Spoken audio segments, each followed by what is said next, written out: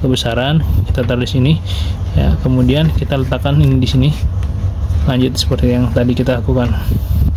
Nah, untuk proses finishing teman-teman bisa sambil tekan begini ya, sama lakukan aja hal yang serupa 5-10 detik, dihitung aja pakai manual 1, 2, 3, 4, 5 gitu ya, atau kalau kita geser-geser seperti ini gitu ya.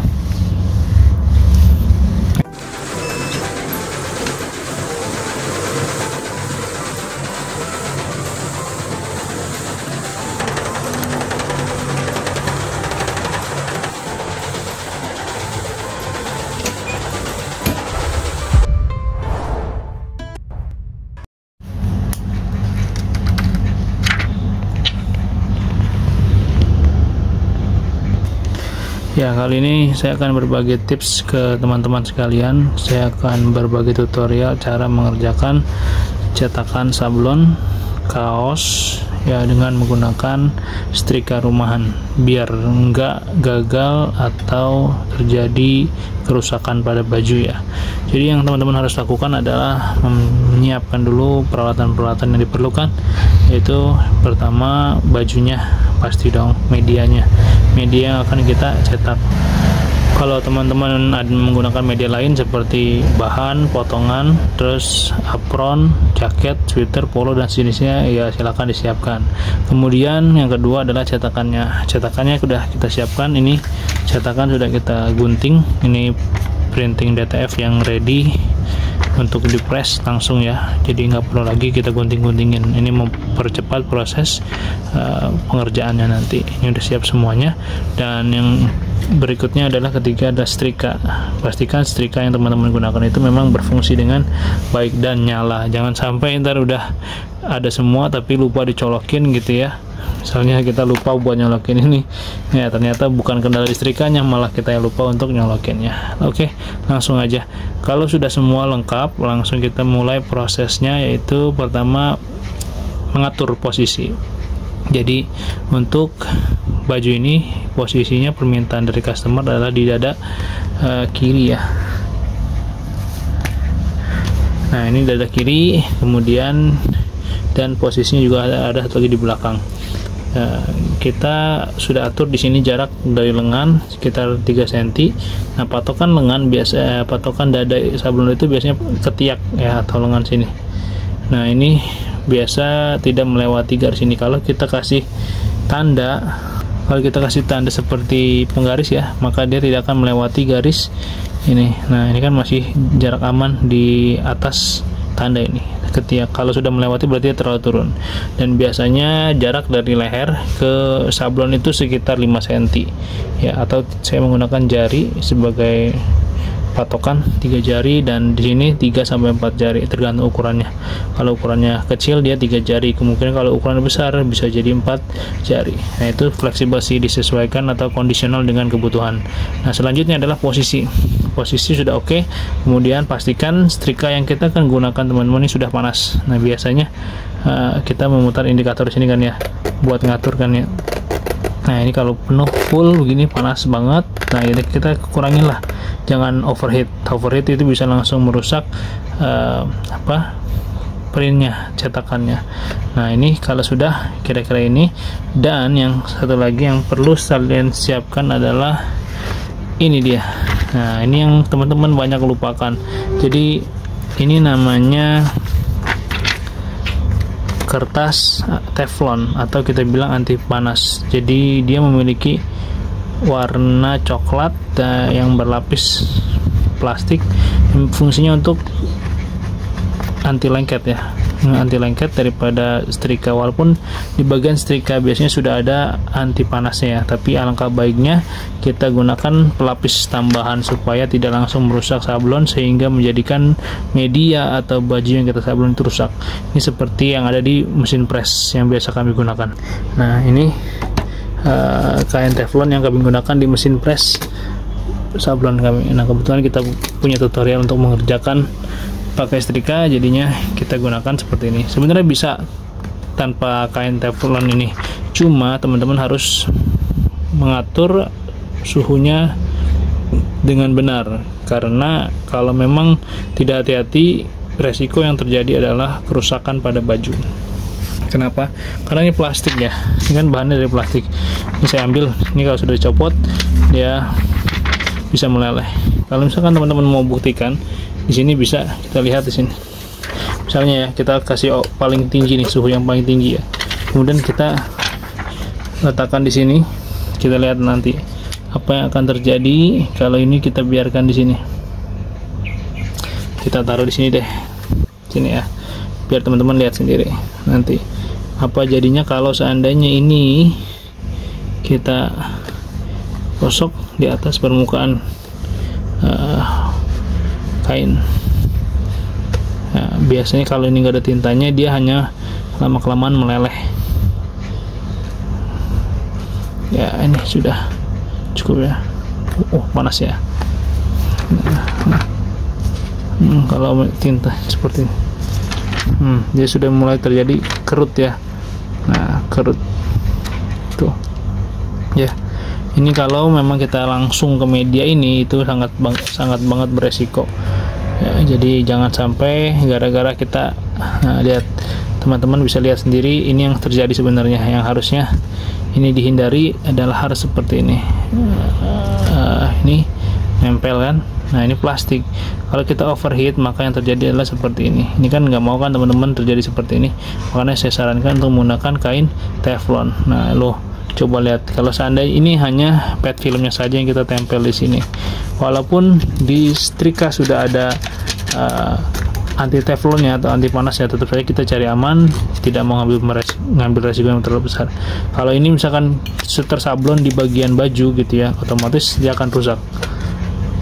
Teman-teman lihat sendiri, ini bisa kita panasin semakin meleleh ya kan.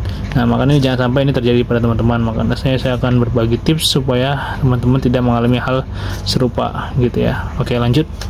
Nah, kalau sudah siap, pastikan kita jangan menggunakan suhu paling tinggi. Ini kan udah full ya. Kalau kita full, kita turunin kurang lebih 2 kali.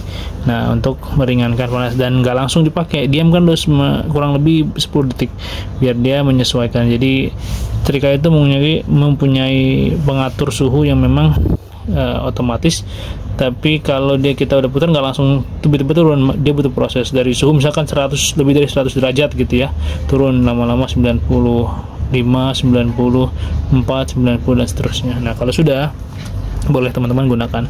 Nah, ini pastikan dulu nih, kita tempelkan sini ya. Nah, ini kalau ini walaupun seandainya kita lupa gitu ya, kita lupa untuk mengangkat, misalkan kita diamkan di sini, kemudian kita angkat telepon atau WhatsApp, main HP lupa. Nah, ini kan otomatis sebenarnya berbahaya, tapi karena ada kain teflon ini ya, ini yang mengurangi suhu panas tidak langsung kena objeknya, sehingga baju yang teman-teman akan gunakan akan tetap aman, sablonan juga tidak bermasalah ya. Nah, ini buktinya. Ini walau dia hanya terlihat ada bercak putih saja, itu menunjukkan bahwa suhunya memang sudah terlalu panas atau bilang overheat. Nah, kalau ini sudah, kita diamkan dulu sejenak, kurang lebih 5 menitan lah ya, atau nggak nyampe sih ya, paling hitungan 1 menit paling lama ya. Ini kita akan lepaskan filmnya untuk mengetahui nanti hasilnya, apakah sablon yang kita kerjakan ini berhasil atau memang mengalami kegagalan. Untuk mempercepat proses, saya biasanya lakukan hal serupa. Nah, seperti ini, jadi biar adem ya, pindah, nanti panasnya atau cepat hilang, kita gunakan seperti ini. Nah, boleh sampai kiranya udah cukup adem, baru bisa kita mainkan. Nah, seperti ini teman-teman. Nah, kita lihat apakah ini berhasil secara keseluruhan atau ada kegagalan, dan ini dia hasilnya. Alhamdulillah ya, yang kita kerjakan berhasil dan tidak ada kerusakan pada tinta sablon ataupun pada pet film yang bolong seperti yang kita gunakan tadi sebelumnya, seperti ini. Nah, oke. Nah, kita lanjutkan ke proses berikutnya. Jadi intinya adalah kita harus tahu ilmunya teman-teman. Sebelum mengerjakan, alangkah baiknya kita pelajari dulu ilmunya supaya tidak mengalami kegagalan. Kita bisa belajar dari pengalaman orang lain, nggak perlu kita harus mengalami kegagalan tersebut untuk bisa ya merasakan kegagalan itu. Kalau memang ini kan masih ada ini ya, nah ini jangan sampai, kita harus bersihkan dulu ini, nanti pakai alat supaya ini nggak merusak. Kalau ini kita nempel di baju, kemungkinan bajunya bisa rusak juga, nanti kena tinta. Nah ini kita masih lapiskan, kita taruh di atasnya, kemudian kita atur suhunya seperti ini. Ini suhu kita nggak rubah lagi ya. Sambil mulai kita lihat objek yang kira-kira paling banyak itu di bagian mana tulisannya. Ada objek tulisan atau ada objek gambar ya, yang memang biasanya itu yang sering kali nggak merata itu di bagian objek-objek kecil ya. Nah seperti ini misalkan di sini atau di ujung-ujung yang lancip ini, yang biasanya memang harus hati-hati atau kita kasih ekstra dia, ekstra proses ya, ekstra pas. Ini untuk menghitung ini kita hitung saja selama 10 detik kurang lebih. 1 2 3 4 5 6 7 8 9 10. Kita ke sini ke bagian bawahnya sehingga dia panasnya merata. 1 2 3 4 5 6 7 8 9 10. Nah kalau sudah, nanti kita biarkan, kita angkat, lalu kita biarkan di sini. Jadi untuk proses sablon sekarang tuh memang sebenarnya mudah ya. Nah, yang perlu kita lakukan, kita tahu ilmunya. Ketika kita tahu ilmunya, kita bisa mengerjakannya dan mendapatkan hasil yang maksimal sesuai dengan yang kita inginkan tanpa harus mengalami kegagalan. Nah, yang terpenting adalah kita mau mencoba hal baru supaya kita tahu, oh ternyata ini bisa menggunakan seperti ini. Dulu sablon itu harus menggunakan screen manual ya, dan prosesnya butuh biaya yang besar dan makan waktu yang cukup lama. Tapi sekarang hanya dengan modal cetakan print seperti ini saja, kita udah bisa mengerjakan cetakan sablon kaos, baju, dan media lainnya cukup di rumah saja gitu ya. Segitu mudah ya kalau kita bisa memanfaatkan teknologi, apapun jadi mudah, Insya Allah. Oke, ini udah kita diamkan, masih agak panas ya, jangan sampai ketika kondisinya masih panas kita cabut, makanya akan merusak, biasanya merusak objek sablon yang kita press. Alangkah baiknya sampai dia kira-kira suhunya adem, atau kalau teman-teman punya termogan gitu ya, alat untuk mengukur suhu kepanasannya, itu bisa digunakan. Nah kalau kiranya udah adem, boleh kita langsung tarik. Nah sambil perlahan-lahan kita lihat, alhamdulillah berhasil. Nah ini sudah langkah pertama yang kita kerjakan. Kemudian langkah selanjutnya bagaimana? Kita melakukan proses finishing. Apakah ini sudah cukup? Tidak, belum. Ini belum selesai ya. Ini kekuatannya masih kurang kuat ya, atau nggak bagus lah ya kalau dipakai langsung atau dicuci, resiko. Jadi tadi proses pertama itu pemindahan tinta dari pet film, ini namanya pet film, ke media baju. Nah untuk melakukan finishing bagaimana bang? Caranya kita gunakan ini lagi. Nah, kita pakai yang agak besaran ya, biar enak. Kebesaran kita taruh di sini ya, kemudian kita letakkan ini di sini, lanjut seperti yang tadi kita lakukan. Nah untuk proses finishing teman-teman bisa sambil tekan begini ya, sama lakukan aja hal yang serupa, 5-10 detik, dihitung aja pakai manual, 1 2 3 4 5 gitu ya, atau kalau kita geser-geser seperti ini gitu ya. Nah ini prosesnya akan menjadikan sablon yang kita setrika ini lebih kuat nanti hasilnya, jadi dia lebih aman, lebih kuat dicuci atau kena setrika nantinya, jadi nggak mudah lepas, rontok ataupun rusak ketika kita pakai ke dalam kesehari-harian. Dan nah udah sudah cukup nih. Nah jadi dia memang ada perbedaan ya ketika kita lihat langsung. Ini sablon, dua sablon sama tapi beda ini. Yang pertama ini belum di finishing, kalau kita pegang ya, kita raba dengan tangan, maka ini masih licin, jadi sisa-sisa minyak masih ada di bagian tintanya. Sedangkan yang sudah di finishing ini kita lihat dia lebih doff, lebih warnanya lebih menyatu ke medianya atau ke kain. Nah ini juga lebih enak dipegang ya, jadi sudah matang lah bahasnya. Kalau ini dibilang masih mentah dan butuh di finishing. Nah, sekilas memang kelihatan sama, tapi kalau kita raba dengan tangan yang belum di finishing itu biasanya licin sablonnya ya, karena masih ada unsur minyak yang memang belum dipres sablon DTF ini membutuhkan dua proses, yaitu proses pemindahan tinta. Yang pertama tadi dari media PET film ke baju, kemudian proses yang kedua adalah tadi ini finishing. Ini menjadikan sablon lebih kuat dan tahan lama. Insya Allah lebih kuat dicuci dan juga dipakai buat sehari-hari lebih oke lah ya, nggak gampang rusak, nggak gampang rontok, dan nggak mudah pecah-pecah gitu ya.